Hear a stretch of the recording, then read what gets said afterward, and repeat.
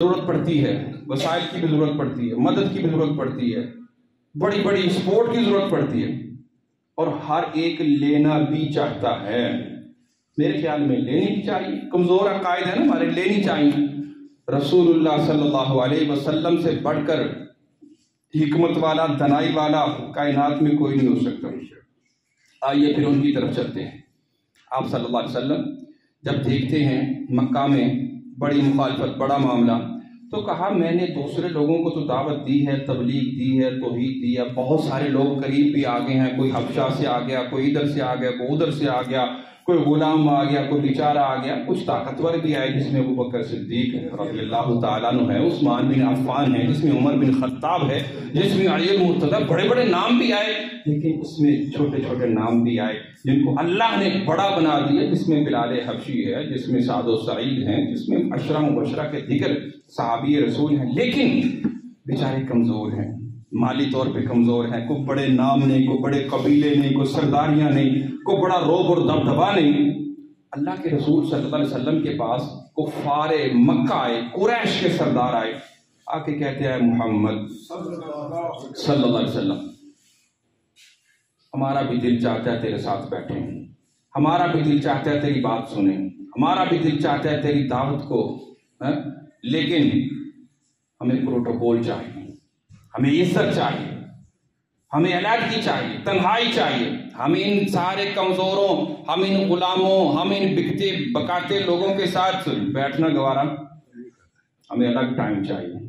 آج بھی کچھ لوگ ہوتے ہیں نا، کسی ڈاکٹر کے پاس چلے جاؤ، کسی پروفیسر کے پاس چلے جاؤ، کسی ڈی سی کے پاس چلے جاؤ، وہ کہتا ہے چلو میں ان کو پہلے فارغ کر لوں پھر جناب۔ علماء کے پاس چلے جاؤ، وہ بھی کہتے ہیں چلو جی یہ کوئی وفد آیا میرے پاس۔ اچھا عام لوگ جو ہیں تو وہ بیچارے ان کا نام کچھ اور رکھا جاتا ہے، کوئی بڑے پیسے والا چلا جائے تو اس کا نام ہی تبدیل کر دیا جاتا ہے، اس کی ملاقات کا نام ہی تبدیل کر دیا جاتا ہے۔ تو خیر وقت کی مناسبت سے رسول اللہ صلی اللہ علیہ وسلم نے سوچا کہ بالکل ایسا ہونا چاہیے، آپ کی بات قابل غور ہے، آپ کو واقعی پروٹوکول ملنا چاہیے۔ ابھی سوچ رہے ہیں کہ بالکل ٹھیک ہے کہ میں یہ جو بیچارے مسکین ہیں، غریب ہیں، لاچار ہیں، مہاجر ہیں، پردیسی ہیں، جن کا کوئی پوچھنے والا نہیں ہے، جن کا جناب کوئی پیچھے سے بات کرنے والا، میں ان کو نا تھوڑا سا اگنور کر دیتا ہوں، ان کی بدولت آپ کو ٹائم دے دیتا ہوں۔ اللہ اکبر، یہ سوچ غلط نہیں تھی، یہ سوچ غلط نہیں تھی کہ مجھے طاقت مل جائے گی، افراد مل جائیں گے، وسائل مل جائیں گے اور دین کا بول بالا ہو جائے گا۔ اچھی سوچ، اچھا معیار، اور سوچنے والا کون؟ محمد الرسول اللہ صلی اللہ علیہ وسلم۔ لیکن قربان جاؤں اللہ تیری شان پر، اللہ تیری حکمت پر، تیری دھرائی پر۔ اللہ اکبر، کیا اللہ کی شان ہے؟ اس بات سے پہلے یہ بات یاد رکھو، اللہ کسی کے مال کا، کسی کے عہدے کا، کسی کی صدارت کا، کسی کی وزارت کا، کسی کی طاقت کا، کسی کی قوت کا، کسی کے ڈالر اور یورو کا، اللہ کی قسم اللہ کا دل محتاج نہیں ہے، اللہ کا دل محتاج نہیں ہے۔ اللہ نہیں دیکھ، اللہ سبحان اللہ، اللہ تو جس سے چاہے کام لے لے، لیکن ہر لیڈر سوچتا ہے کہ نہیں مجھے ایسی سپورٹ مل جائے۔ کائنات کے امام نے بھی ایسا سوچا، سردار نے بھی ایسا سوچا، ابھی سوچ رہا ہے، ابھی پلان بنا رہا ہے۔ اتنے پلان میں وہ کفار بھی بیٹھے ہوئے ہیں، وہ قریش بھی بیٹھے ہوئے ہیں، آنے والا پھر ایک غریب آ گیا، ایک بیچارہ مسکین آ گیا۔ اور یاد رکھو دین کا بول بالا جب بھی ہوا ہے، جب بھی دین کا بول بالا ہوا، اللہ نے غرباء سے کام لیا۔ قربانیوں کا معاملہ ہو، پیسے کا معاملہ ہو، ساتھ کا معاملہ ہو، اللہ نے ہمیشہ غرباء کو آگے کھڑا کیا۔ اور صرف دین کے اندر ہی نہیں، حدیث کے الفاظ ہیں، میرے اور آپ کے پیر و مرشد نے فرمایا اللہ تعالی تمہیں تمہارے غرباء کی وجہ سے مدد کرتا ہے، اللہ تمہارے ضعیفوں کی وجہ سے تمہارے مال میں برکت دیتا ہے۔ یہ حدیث آج کے تاجروں کو یاد رکھنی چاہیے کہ میرے ورکر کام کرتے ہیں، میری تجارت میرا مزدور کام کرتا ہے، میرا کام بڑھ جاتا ہے، میری آمدن، اگر مزدور کام نہ کرے تو مالک بیچارہ میری طرح اس کو تو الگ ایک کوکو آتی نہیں، وہ کیا کرے گا؟ یہ مزدور کام کرتا ہے، لیبر کام کرتا ہے، لیبر سے مالک مضبوط ہوتا ہے۔ تو حدیث کی سمجھ آئی کہ اس کمزور سے میرے رزق میں برکت آ رہی ہے۔ وہ برکت گھر کا معاملہ ہو، وہ دین کا معاملہ ہو، آپ دیکھ لینا نظریں دوڑا کے اپنے ارد گرد میں، جب بھی جہاں بھی کام کیا ہوگا کسی غریب نے زیادہ اپنا کردار ادا کیا ہوگا، غریب نے اپنا جو ہے نا وہ نظام کیا ہوگا۔ تو دین کے شروع کے اندر بھی یہ غربا، یہ مساکین، یہ مہاجرین، یہ بیچارے بکتے بکاتے، اللہ کی قسم ایسی مضبوطی، ایسی استقامت، اللہ اکبر۔ تو ابھی یہ قریش کا وقت بیٹھا ہوا ہے، سردار بیٹھے ہوئے ہیں، رسول اللہ صلی اللہ علیہ وسلم کے ساتھ بات چیت ہو رہی ہے کہ ٹھیک ہے جی ہم کمپرومائز کر لیتے ہیں، میں آپ کو ٹائم دے دیتا ہوں، آپ کے ساتھ بالکل ایسے ہی ہوگا۔ اللہ اکبر۔ لیکن میں اکثر کہا کرتا ہوں انہ علیم بذات الصدور، انہ علیم خبیر، انہ علی کل شیء قدیر۔ ابھی یہ نبی کے ذہن میں، نبی کے دل میں، نبی کے دماغ میں، نبی کے پلان میں یہ سوچ شامل ہوئی کہ ایسا کر لیتے ہیں کہ غریبوں یتیموں کو پیچھے کر کے ذرا تھوڑا سا اگنور کر دیتا ہوں اور آپ کو پروٹوکول دے دیتا ہوں، آپ کو علیحدگی اور آپ کو ایسا مل جاتا ہے۔ اللہ اسی وقت ایک غریب کو بھیج دیتا ہے جس کا نام نامی اس میں گرامی جناب عبداللہ بن ام مکتوم ہے رضی اللہ تعالی۔ یہ بیچارہ لاٹھی پکڑی ہوئی ہے، آنکھوں سے نبینا ہے، اندھا ہے، بڑا ہی کمزور ہے، بڑا ہی ضعیف ہے۔ تو قریش کہتے ہیں اشارہ کر کے، دیکھو ابھی ہم بات کر رہے ہیں کہ ان کے ساتھ بیٹھ سکتے، ایک اور آ گیا۔ اب اگر کسی کے پاس بیٹھے نا بات کرنے تو لوگ کیا کہتے ہیں، ابھی ایک کی بات سن رہا ہوں، ایک اور آ گیا صاحب، ایک اور آ گیا مانگنے والا، ایک اور آ گیا حضرت صاحب، یہ بھی جناب کچھ نہ کچھ کر رہے ہیں، یہ بھی کوئی نہ کوئی پھٹیک ڈالنے والے ہیں۔ اللہ اکبر۔ تو جب تازہ دم بات ہونا تو بندے کو بڑی لگتی ہے، اللہ کی قسم بڑی تکلیف ہوتی ہے۔ کائنات کے امام محمد رسول اللہ جو بات کر رہے تھے، دیکھتے ہیں کہ ابھی میں ان سے کہہ رہا ہوں کہ آپ کو الگ ٹائم دیتا ہوں، تو اوپر سے عبداللہ بن ام مکتوم آ گئے۔ عبداللہ کو کچھ نہیں کہا، صرف اپنی پیشانی پہ سلوٹ ڈالی، پریشانی کا اظہار کیا، تو اف، جیسے یوں کہہ لیں شرمندگی کا اظہار کیا۔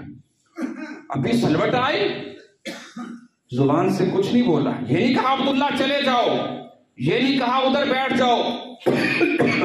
اور اللہ کی شان کے عبداللہ بن ام مکتوم تو پیشانی پہ آنکھوں کی جو ہے وہ بینائی سے محروم ہے، وہ پیشانی پہ پڑی ہوئی سلوٹیں تو نہیں دیکھ سکا، لیکن اللہ نے عرش پہ بیٹھے ہوئے کائنات کے امام کے چہرے پہ جب سلوٹ دیکھی اور اپنے اس غریب مسکین بندے کے بارے میں سلوٹ دیکھی تو فوراً فرشتہ جبریل، ہاں رب جلیل کیا حکم ہے، کہا جاؤ میرے نبی کو جا کے یہ آیت سنا دو۔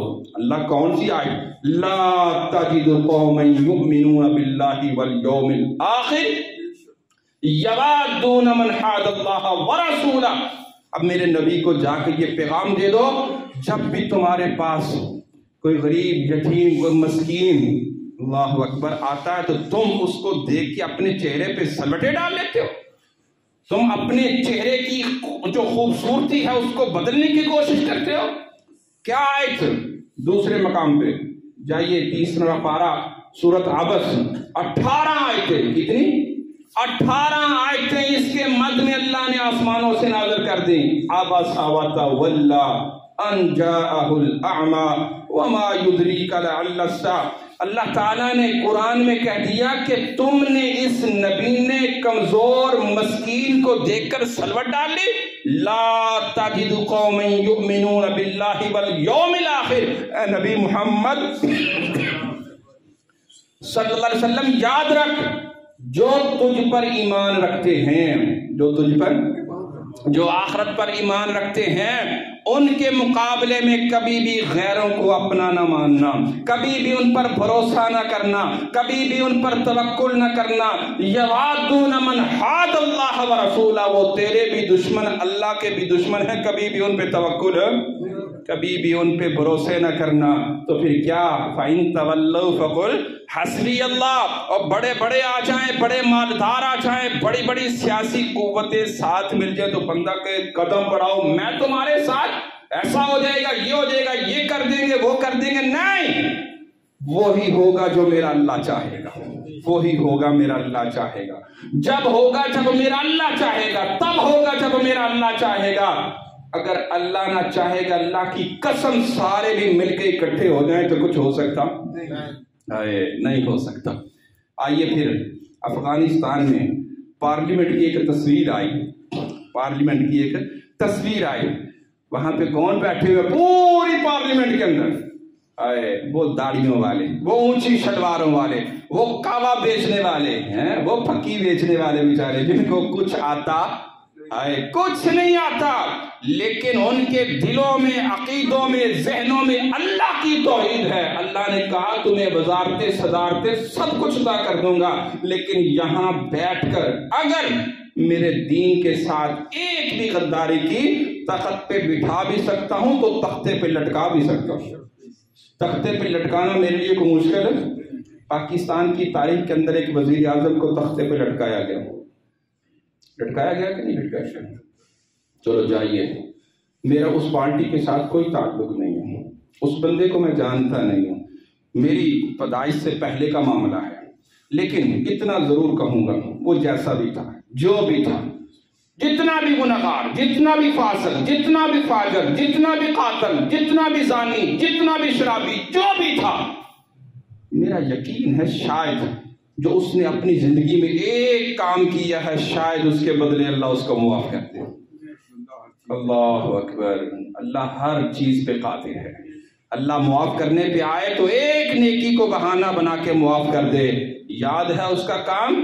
اس نے جو احمدیوں کو، اس نے جو مرزائیوں کو، اس نے جو ختم نبوت پہ ڈاکہ ڈالنے والوں کو، اس نے منافقت کا لبادہ اوڑھ کے مسلمانوں کو دھوکہ دینے میں اپنے آپ کو پیش کرنے والوں کو صاف لفظوں میں کہا یہ کافر ہیں. یہ کیا ہے؟ کافر ہیں، مرتد ہیں، پرلے درجے کے بے ایمان ہیں. ان کا اسلام کے ساتھ کوئی تعلق؟ میرا ایمان ہے شاید وہ سائن، وہ